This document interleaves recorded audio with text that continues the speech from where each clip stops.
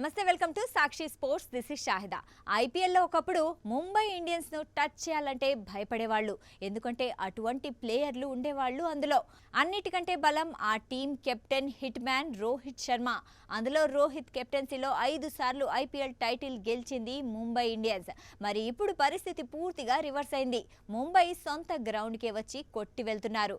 నిన్న సిఎస్కేతో జరిగిన మ్యాచే దీనికి నిదర్శనం.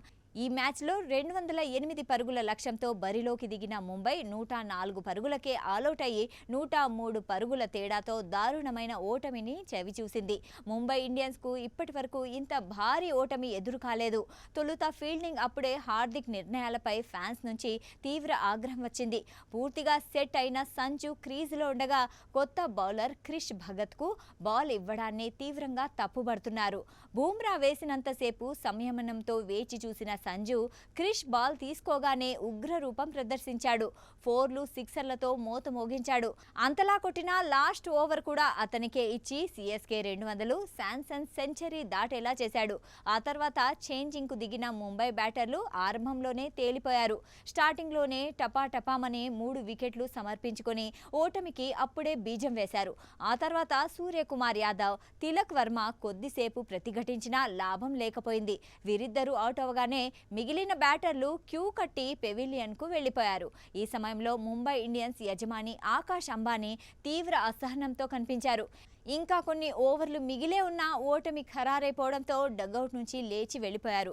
వెళ్లడమే కాకుండా ముంబై అభిమానుల్ని కూడా స్టేడియం విడిచి వెళ్లండంటూ సైగలు చేయడం సంచలనం రేపుతోంది. ఈ వీడియోలు సోషల్ మీడియాలో వైరల్ కావడంతో ఇది పెద్ద చర్చకు దారితీసింది. ఈ దారుణ ఓటమి, ఆకాష్ ప్రవర్ధన మార్పు, ముంబై కెప్టెన్సీ మార్పులు కఠినమైన నిర్ణయాలకు దారి తీయవచ్చనే ఊహాగానాలు మొదలయ్యాయి. మరోవైపు టీమిండియా మాజీ player Irfan Pathan Mumbai Indians batting, captain Hardik పాండ్యాపై తీవ్ర విమర్శలు చేశాడు. సంజు శాంసన్ క్రీజ్లో పూర్తిగా సెట్ అయిపోయి ఫుల్ జోష్ మీద ఉన్న సమయంలో క్రిష్ భగత్ చేత ఎలా బౌలింగ్ చేయించారని ప్రశ్నించారు. అది కూడా 15-16 ఓవర్లలో ఫస్ట్ టైం క్రిష్ బౌలింగ్ చేయడానికి ఎలా తీసుకొచ్చారన్నారు. అతను కేవలం 2వ మ్యాచ్ ఆడుతున్నాడు. అది పూర్తిగా సెట్ అయినా సంజు శాంసన్ ముందే ఇది పూర్తిగా రాంగ్ డెసిషన్ అని తప్పుబట్టాడు. చివరి ఓవర్ వరకు అతనికే ఇచ్చారు. అవి సరైన నిర్ణయాలు కావు. మీరు కెప్టెన్గా బాధ్యత తీసుకోవాలి అని మండిపడ్డారు. 2023 నుంచి హార్దిక్ ఒక్క హాఫ్ సెంచరీ కూడా చేయలేదని దుయ్యబట్టారు. మీరు కాస్త కాళ్లు కదపాలి. ఇది ఎన్నోసార్లు చెప్పాను. పిచ్లో కొంచెం సహాయం ఉన్నా మీరు తప్పకుండా ఫుల్ వర్క్ ఉపయోగించాలి.